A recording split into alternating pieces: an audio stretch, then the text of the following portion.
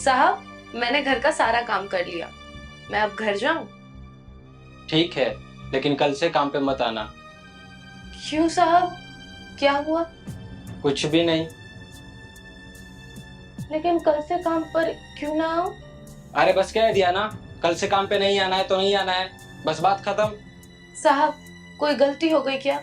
मैं घर का काम ठीक से नहीं करती हूँ क्या?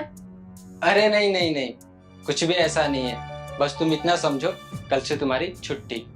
साहब, कोई तो वजह होगी।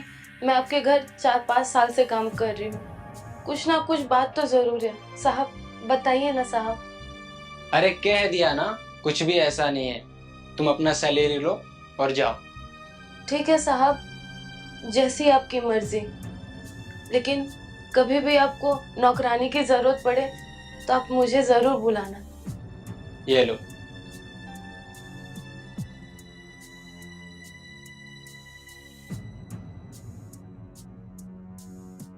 लगता है साहब ने दूसरी नौकर को रख लिया। लेकिन मुझसे गलती क्या हुई है? मुस्कान, एक काम करते हैं, कल साहब के घर जाके देखते हैं साहब के घर के काम कौन करता है।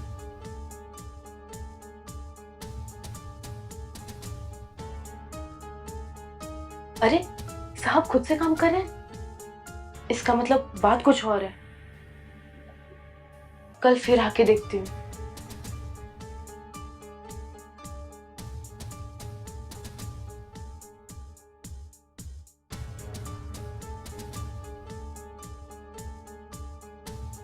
अरे, ये क्या? साहब आज भी खुद से काम कर रहे हैं। इसका मतलब इन्होंने अभी तक कोई नौकर नहीं रखा। कल फिर आके देखती हूँ।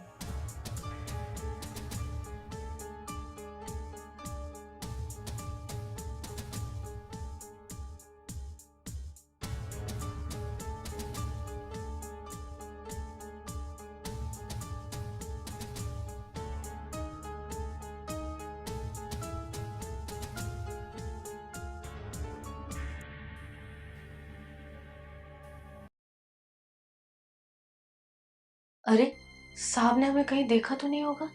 अरे नहीं नहीं नहीं, पर तुझे पता चला साहब तुझे क्यों निकाले थे? पता नहीं यार, मैंने तो कोई गलती भी नहीं की और उन्होंने कुछ बताया भी नहीं। कहीं तेरे साहब को पैसे वैसे की तो दिक्कत नहीं? नहीं नहीं, पैसों की कमी रहती तो साहब 2-3 महीने की सैलरी ऐसे थोड़ी ना देते। पता नहीं साहब के मन में क्या चल रहा है। साहब, साहब, मैं कल से काम पर आ जाऊं? तुम? वो साहब, जिस वजह से आपने मुझे काम से निकाला था, वो सब चीज ठीक हो गया। कैसी वजह?